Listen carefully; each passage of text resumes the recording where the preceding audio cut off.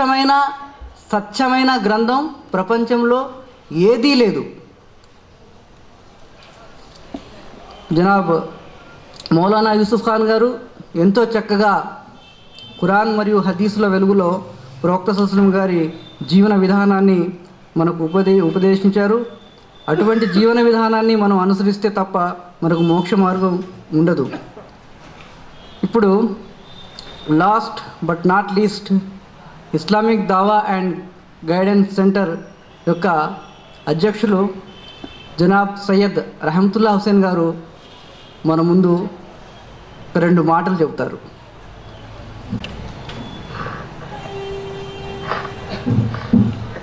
అస్సలాము అలైకుం వరహ్మతుల్లాహి వబరకాతుహు. అల్హమ్దులిల్లాహ్ నహ్మదుహు వ నుసల్లి అలా రసూలిల్ కరీం అమ్మా బాద్. అఊజు బిల్లాహి మినష్ షైతానిర్ రజీం. బిస్మిల్లాహిర్ రహ్మానిర్ రహీం. వమన్ అహ్సను కౌలం మిమ్మన్ దఆ ఇలల్లాహి వఅమిల సాలిహన్ వఖాల ఇన్ననీ మినల్ ముస్లిమీన్.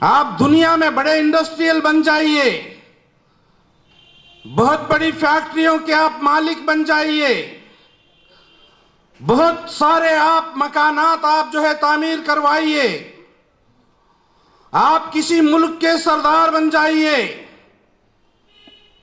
آپ کسی دنیا کے سب سے بڑی ہستی کیوں نہ بن جائیں، لیکن ان تمام تر امور میں سب سے بہترین کام جو ہے اللہ کی طرف لوگوں کو بلانے والا دعوت والا کام ہے۔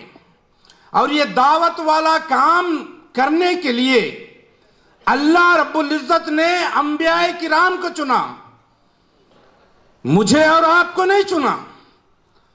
انبیاء کرام کو یہ کام دیا کہ لوگوں کو، اللہ کے بندوں کو اللہ کی طرف بلائیں، اور اللہ تبارک و تعالیٰ بہترین آدمی اسی کو کہا، وَمَنْ أَحْسَنُ قَوْلًا مِّمَّنْ دَعَا إِلَى اللَّهِ وَعَمِلَ صَالِحًا وَقَالَ إِنَّنِي مِنَ الْمُسْلِمِينَ، کہ اس سے بہترین بات کس کی ہو سکتی ہے جو لوگوں کو اللہ کی طرف بلاتا ہے، اس سے بہتر کوئی بات نہیں ہے، اور کہتا ہے کہ میں مسلمان ہوں۔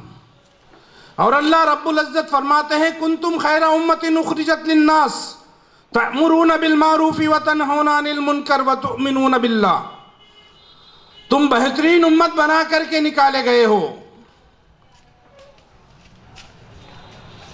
لوگوں کو بھلائی کی طرف بلاتے ہو اور برائیوں سے روکتے ہو اور اللہ پر ایمان رکھتے ہو۔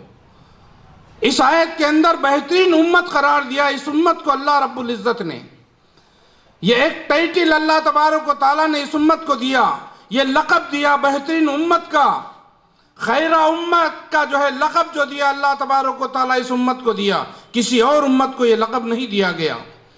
یہ اس لیے کہ اب نبوت کا سلسلہ ختم ہو گیا، کیوں یہ کام نبیوں کا کام تھا، آدم علیہ السلام سے لے کر کے محمد رسول اللہ صلی اللہ علیہ وسلم تک یہ کام نبیوں سے لیا جا رہا تھا، اور جب محمد رسول اللہ صلی اللہ علیہ وسلم کو خاتم النبیین کا لقب دے کر کے مبعوث کیا گیا تو اب قیامت تک پھر آپ کے بعد کوئی نبی آنے والا نہیں ہے، اور جو بھی نبوت کا دعویٰ کرے گا وہ کذاب جھوٹا ہے۔ 29 دجال جھوٹے دجالوں میں سے دجال کہلائے گا جس کی پیشگوئی اللہ کے رسول صلی اللہ علیہ وسلم نے بتا دی، تو کوئی نبی نہیں آنے والے۔ اسی لیے یہ کام جو ہے آخرت تک، قیامت تک جانا ہے، اس دین کو، اللہ کے اس پیغام کو، اللہ کے اس میسیج کو قیامت تک کے جو ہے لے کر کے جانا ہے، اسلام کی اشاعت کرنا ہے۔ تو جب نبی نہیں آئیں گے تو کون آئیں گے؟ اسی لیے اللہ تبارک و تعالیٰ نے یہ نبیوں والا کام ہمیں عطا کیا، کنتم خیر امہ، اسی لیے بہترین امت قرار دیا گیا۔ اس لیے بہترین امت نہیں قرار دیا گیا کہ تم بہت مالدار ہو، تمہارے پاس بڑی بڑی جو ہے بلڈنگیں ہیں، تمہارے پاس اولاد کی کثرت ہے، تمہارے پاس جو ہے پٹھے ہیں، طاقتور ہیں۔ کسی اور وجہ سے ہمیں بہترین امت قرار نہیں دیا گیا، بہترین امت قرار دیا گیا تو ہم دعوت کا کام کرتے ہیں، اس لیے بہتر۔ اور یاد رکھ لیں یہ خیرہ امت کا لقب اسی کو ملے گا جو دعوت کے کام سے جڑا ہوا ہے۔ تو میرے بھائیوں، بہترین امت کہلانا ہے تو اس دعوت کے کام سے جڑیے۔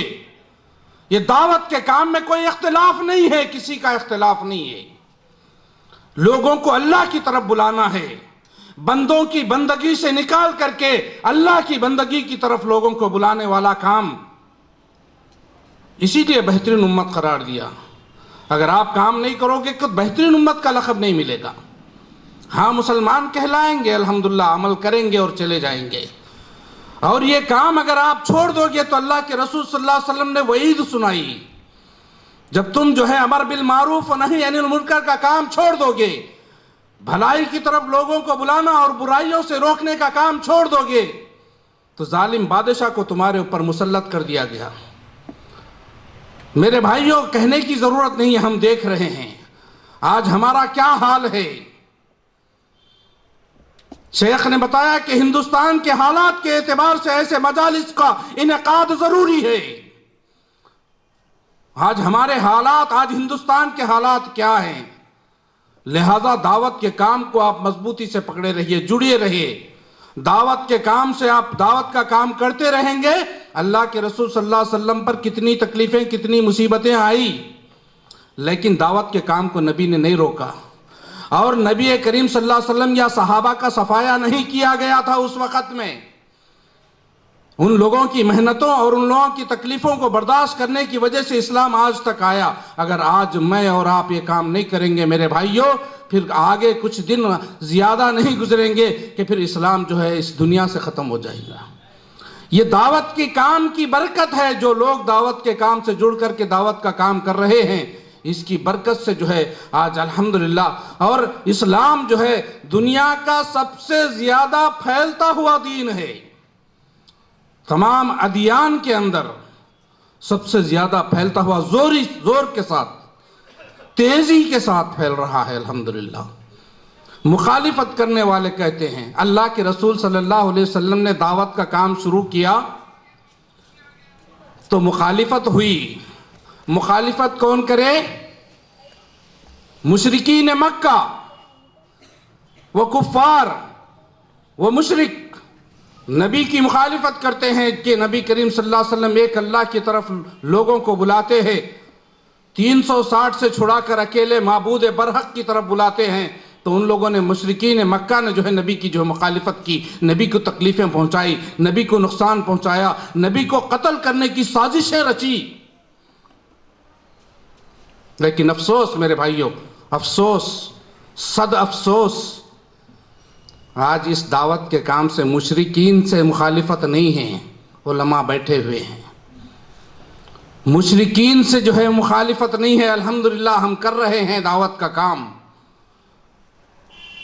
مخالفت ہے تو میرے اور ہمارے بھائیوں سے مخالفت ہے۔ پتہ نہیں، اللہ ہم سب کو ہدایت دے، اللہ ہم سب کو ہدایت دے، دعوت کے کام سے جڑنے کی ہمیں توفیق عطا فرمائے، اور دعوت کے کام کو اپنی ذمہ داری سمجھ کر کے کام کرنے۔ اور میرے بھائیوں، اس اسٹیج سے، اس IDGC کے اسٹیج سے میں آپ تمام حضرات سے گزارش کرتا ہوں کہ ہمارے اس سینٹر کے اندر بلا جھجک آپ شریک ہو سکتے ہیں، اور ہر طرح سے جو ہے آپ ہمارا تعاون کریں۔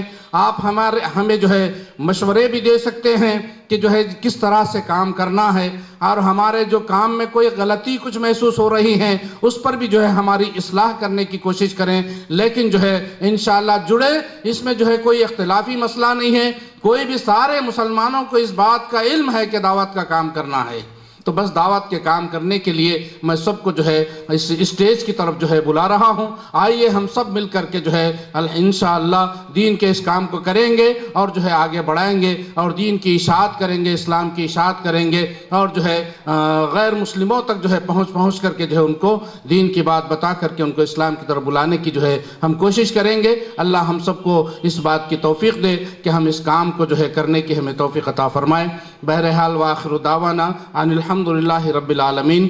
یہ جلسہ جو ہے الحمدللہ بڑی آپ تمام حضرات کا جو ہے میں شکر گزار ہوں کہ آپ لوگوں نے جو ہے بڑی جو ہے صبر کے ساتھ جو ہے اپنا وقت یہاں پر دیا ہے، اور جو ہے اسی شکریہ کے ساتھ جو ہے میں اس جلسے کا انشاءاللہ اختتام کر رہا ہوں۔ اور جو ہے آپ کو کسی بھی قسم کے جو ہے ڈاؤٹس وغیرہ کچھ ہیں تو انشاءاللہ جو ہمارا سینٹر ہے IDGC دعویٰ سینٹر، اس کا جو ہے کوئی خصوصی جو ہے جگہ پر ابھی ہمارا انعقاد نہیں، آفس ہماری جو ہے وہ جو ہے اوپن نہیں ہوئی ہے۔ بہرحال مختلف مقامات پر، مختلف محلوں میں ہر اتوار کو جو ہے ہمارا یہ پروگرام ہوتا ہے، جس میں اردو اور تیلگو کا جو ہے بیان ہوتا ہے مختلف عنوانات پر، تیلگو میں اور جو ہے اردو میں جو ہے